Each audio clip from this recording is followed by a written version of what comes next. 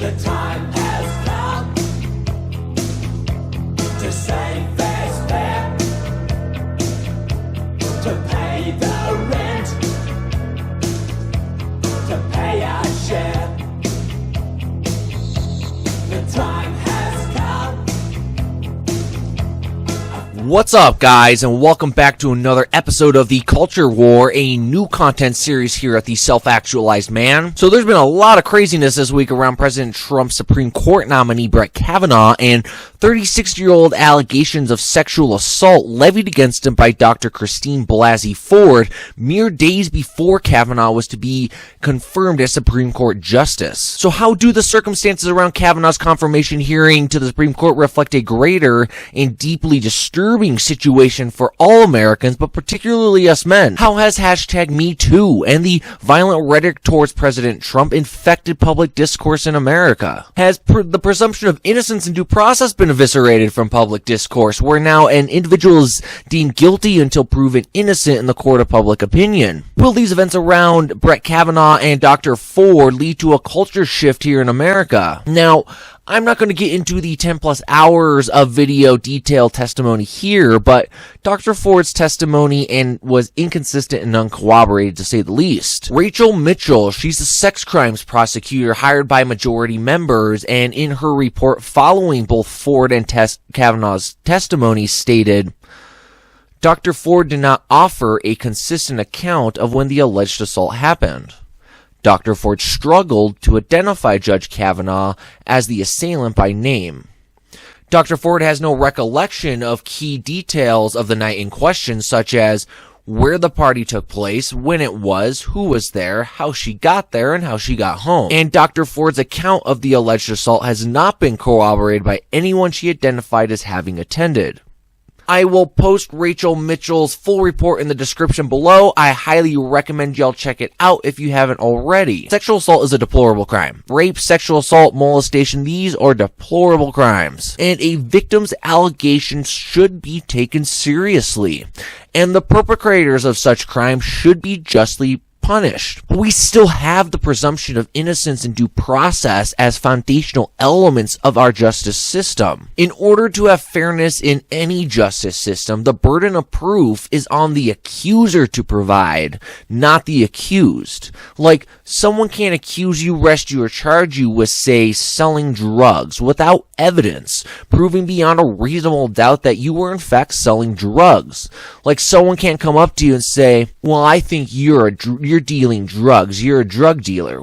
Well, what's your evidence? Like, what evidence do you have to prove that crime? If you don't have evidence, you shouldn't even have the right to accuse me of the crime without that evidence. I believe that's what they call bearing false witness. What was strikingly disturbing, and although unfortunately not surprising, that despite no corroborating evidence to prove guilt beyond a reasonable doubt, that Judge Kavanaugh did in fact rape Dr. Ford was the vitriolic and spiteful rhetoric spewed by the radical left and mainstream media. You know, they called Judge Kavanaugh a serial rapist, and a gang rapist, and a drunk, and evil, and ill-tempered, without no evidence to back up those statements. And they were just blatant character assassinations to destroy his credibility in this hearing. Right now, this man and his family are receiving death threats. He had to remove his kids from school because people are threatening to kill his family based on an accusation with no evidence to back it up. This is the inherent danger of mob rule posing as justice. Now, maybe Dr. Ford was sexually assaulted in the past. I don't know. I'm not to say she has, not to say she hasn't. But the evidence doesn't show that it was Brett Kavanaugh specifically who assaulted her. And I believe what many Americans saw, and especially men, which of course started by the wonderful #MeToo movement, thanks again, feminism, for another wonderful cultural contribution, is just how easy it is to throw an accusation of a sex crime, or any crime for that matter, against a man or a woman, and that the public is willing to condemn him to the point of threatening his life and his family based simply on an accusation. What Americans saw is just how easily a man can have his life, his career, his family, and name absolutely devastated by an accusation alone. But Kavanaugh's response, particularly his opening statement, was truly powerful. I think it resonated a lot with the experiences and fears a lot of people, but especially men, have. Of course, being an intelligent man of the law, he presented the uncorroborated evidence made by Ford and how these allegations seem to be an attempt to subvert due process and the presumption of innocence. He called the confirmation hearing a national disgrace, which it's been absolutely disgusting and disgraceful and disturbing, and highlighting how members of the Senate Judiciary Committee, quote, have replaced advice and consent with search and destroy. Kavanaugh called attention to Dr. Ford's allegation that was held in secret for weeks by the awesome Dianne Feinstein, and that the allegation, quote, would only be needed if you couldn't take me out on the merits. And they couldn't take Kavanaugh out on his merits. After hours and hours and hours of interview and questioning and testimony, and I think 6 FBI background investigations, they had absolutely nothing on Kavanaugh. Nothing that could derail or dissuade or prevent him from being a Supreme Court nominee, let alone a Supreme Court justice. And that this alleged rape accusation was their ace in the hole. It was their last-ditch effort to derail his confirmation to the Supreme Court. Kavanaugh acknowledges the actions taken on behalf of the radical left and the mainstream media is in itself culture shifting. It reflects, and disturbingly so, a cultural shift away from the presumption of innocence and due process to essentially what happened to accused people during the Salem witch trial. Like, someone accuses you of being a witch. You somehow have to prove your innocence and disprove this accusation that you're not a witch. And guess what happens if you can't disprove the accusation? Well, they just hang you and they crush you and they drown you and stone you to death. And a lot of people died based on accusations alone. That means taking allegations seriously. But if the mere allegation, the mere assertion of an allegation, a refuted allegation from 36 years ago, is enough to destroy a person's life and career, we will have abandoned the basic principles of fairness and due process that define our legal system and our country. And what Kavanaugh is saying is absolutely true. The consequences of what the American people are currently witnessing right now will in fact affect the future of America's political and judicial system for decades to come. And Americans won't be able to unsee what they just saw around these accusations. And Kavanaugh gave a pretty emotional testimony, which he took a lot of shit from the mainstream media. And you know what? I can't blame the man. I'd be pretty pissed off too, to say the least, is that when I accepted an amazing job offer that is of the highest honor and at the highest court of the United States of America, and that right before I was to be confirmed, there was an egregious allegation that just came right out of the blue levied against me as an attempt to destroy my career, my family, and decades of hard work and dedication. And then on top of that, you have people threatening his life and family and ruining his name. To be honest with you, I mean, he was pretty pissed. He was pretty upset, but I actually thought Kavanaugh held it together pretty well. I would have definitely had a lot more choice words, we'll say, for Dianne Feinstein and other members of that committee if such accusations just randomly came out with no evidence against me too. And of course, just as expected, the mainstream media comes out in lockstep and says that, because Kavanaugh became emotional and angry during his testimony, that his temperament should disqualify him from the Supreme Court. Well, no shit, he was pissed. And he also defended himself really well. And actually, I think held it together really well. And to my surprise, actually, Lindsey Graham, this is a guy I always thought as a mild-mannered, limp-wristed Republican, displayed some fire and fury himself towards the committee. And I, too, really believe that this shook up the American people at large. If you wanted an FBI investigation, you could have come to us.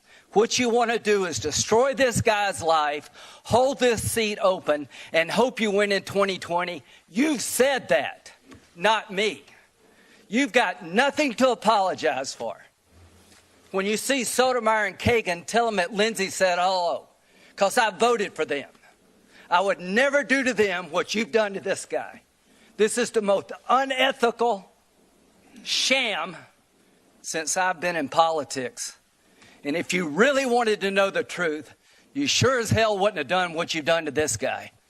Are you a gang rapist? No. I cannot imagine what you and your family have gone through. Boy, y'all want power. God, I hope you never get it. I hope the American people can see through this sham. God, I hate to say it because these have been my friends. But let me tell you, when it comes to this, you're looking for a fair process, you came to the wrong town at the wrong time, my friend. This is going to destroy the ability of good people to come forward because of this crap. And Graham is absolutely right. The radical left has revealed their playbook, their strategy, their mindset for, during these hearings, especially for people who they view as their political enemies, and just absolutely how frightening it would be if these people were to assume political and judicial power. That's why you need to go vote in November. But what stood out most was Judge Kavanaugh's willingness to fight back. Like, this guy has a spine. He has some backbone to him. You know, he's not like, we'll say, Aziz Ansari, for example, who was accused of something consensual, actually, and the man rolls over and apologizes for something he didn't even do. And Kavanaugh, he didn't roll over so easily. He didn't just say, oh, well, I guess I'll just roll over to this accusation and pull out of the Supreme Court nominee. No. You know, this is a man who stood up and fought for the rule of law. He fought for truth. He fought for due process. Kavanaugh took a stand in what seemed to be a coordinated political hit job to derail his confirmation and destroy his life. Kavanaugh fought for his honor. He fought for his honor as a judge. He fought for the honor of the Constitution.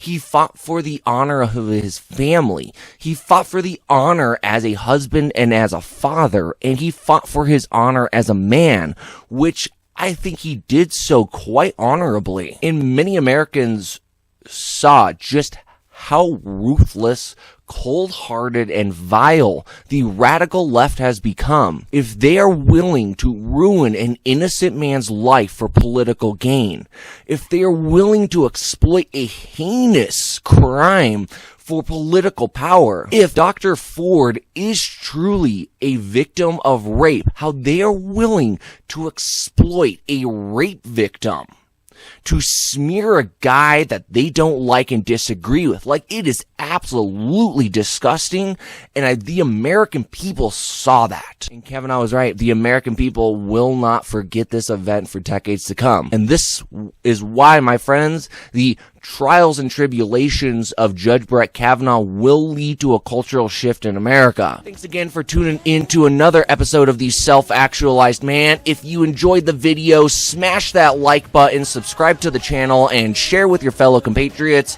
Also, don't forget to check out the Self-Actualized Man on Facebook. Join us, a like-minded community of men who are optimizing their lifestyles and maximizing their potential. You know, just squeezing as much juice as we can out of this thing called life in the very limited time we all have here on this earth. Also, if you have any questions, topic ideas, personal stories, or ways I can improve the show, please leave those in the comments below, or you can shoot me a private message at theselfactualizedman360@gmail.com. Don't forget to vote November 6th. This will be a culture-shifting midterm election here in America. And until next time, fellas, peace.